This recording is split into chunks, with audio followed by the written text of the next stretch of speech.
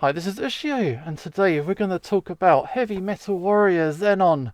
This is old. This is actually like a paperback copy, so it's not like originally it came out in floppies. Published by one of Viz Media's very earliest ones. I think it was their fourth title, and this is like a collected volume. Ultimately, there were four volumes, and that is the complete series. So it's one of the early examples of translated manga in Western territories, and it's also got finished because a lot of these titles were started as experiments and they never followed through. But this is a good example for something that actually got completed, so I can do a complete overview. It is a title I discussed briefly on my top 10 of early translated manga, but because I read it for the video, I thought I'd give a bit more of an in-depth view in this video. We can talk about it, and yeah, we can make a judgment on whether it's worth picking up. And the short answer, is kind of no.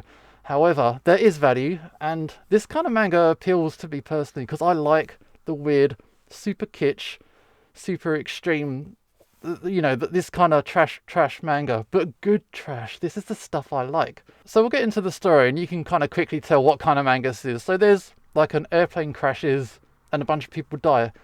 A few weeks later, a guy with amnesia shows up, and this guy's got amnesia, doesn't remember who he is, but suddenly he's got like a cyborg mecha body, and he doesn't realise who he is or remember anything until he sees his mother killed before him, and that awakens his memories, and then he wants to fight bad guys.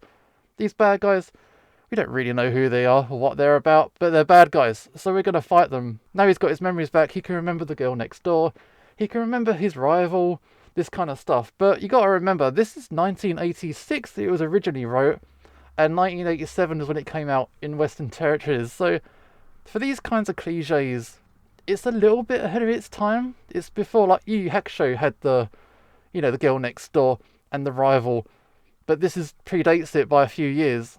But that doesn't mean it's aged particularly well, whereas Yu Yu Hakusho has. Oh, I don't know, man. Let's pick up volume 2 instead. So people don't really have conversations. People just shout statements, and this is how the dialogue goes.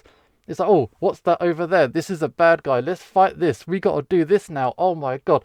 It's kind of, everything's enhanced to the top degree. Everything's a little bit shouty. Everything's speed lines. Everything's an exclamation. Everything's extreme. I like that kind of extreme, really kind of melodramatic.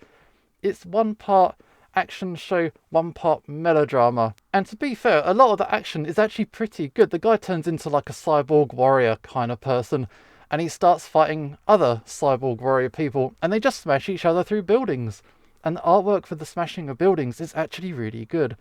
And the artwork in general is actually quite good, especially for its time. It holds up pretty well. However, there are some issues. There's some kind of weird attitude toward some of the girls in the series. He just gets frustrated with the girls and sends her home, and she just disappears for like 5 chapters until she's fed up sulking on her bed, and then she's reintroduced back into the story.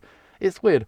Another guy, he turns to the dark side because a girl rescues him, and because he's rescued, he feels as though he's not pulling his weight, it's damaged his masculinity, and he needs to go turn to the dark side and become a mecha himself, which is stupid. As one of the earlier examples of this kind of manga, it's kind of like, I think some of the translations, they weren't used to the standards that we're adjusted to today.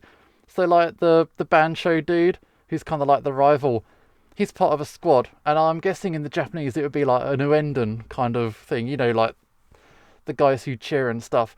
But they refer to as cheerleaders, and when you're being so straight-laced and so serious with the drama, and they're referring to this guy and his cheerleaders, doesn't quite hit that thing.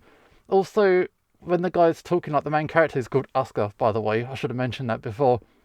He kind of talks some extra dramatic statements, but I think because of the way dramatic lines are delivered in Japanese, where they emphasise the first syllable and then they say the rest of the word, it's kind of made it through as though the guy's got a stammer throughout the series. Maybe he does have a stammer, which is actually quite a cool detail, but I don't get the feeling that that's intentional in the way it's placed throughout the series. It's kind of interesting to see that kind of thing. I don't speak Japanese, so I could be wrong, but that did seem like an interesting observation there.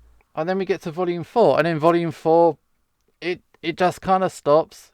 it is the end of the manga, and there was a sequel written about 10 years later, which we didn't get. But in this one, it just kind of ends, and the bad guys do make good bad guy kind of speeches, you know, evil bad guy stuff. But yeah, it just kind of stops and finishes on sort of a cliffhanger, and it's not that great. But if you want to read a super kitsch kind of manga, but a legit one, not a parody, this is very straight-laced. Like, if you're going to get attacked by some kind of cyborg monkeys, straight-faced, this is what's got you. And if you like to see every single cliche by the book done completely unironically, there's a value to that, and I can't help but admire that slightly.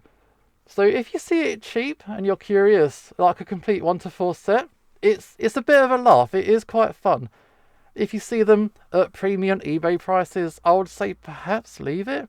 It is available also in individual issues, and then they did compile them into the 4 books. So 4 books is probably the better way to go. I don't really think it's going to get reprinted anytime in the future. It hasn't dated super well, and it's a nice example of what was a contemporary action show of the time. I thought it was quite fun. I don't particularly regret picking it up. I think it was quite fun. I bought it years ago very cheaply. I probably wouldn't want to pay the prices they're asking now. But these kinds of videos, they're more about if you're an opportunistic person, if you're on eBay and you see one cheap and you just randomly see it, you know what it is, you know that it's your kind of thing, just grab it, you know? And that was Xenon. It's an interesting one. I thought it was quite fun. It has its qualities. It isn't for everybody for sure. And maybe about 20% out of people would get some enjoyment out of it. But I thought it was good. And I hope you found it was interesting. And this is Usho signing off. And hopefully I will see you next time.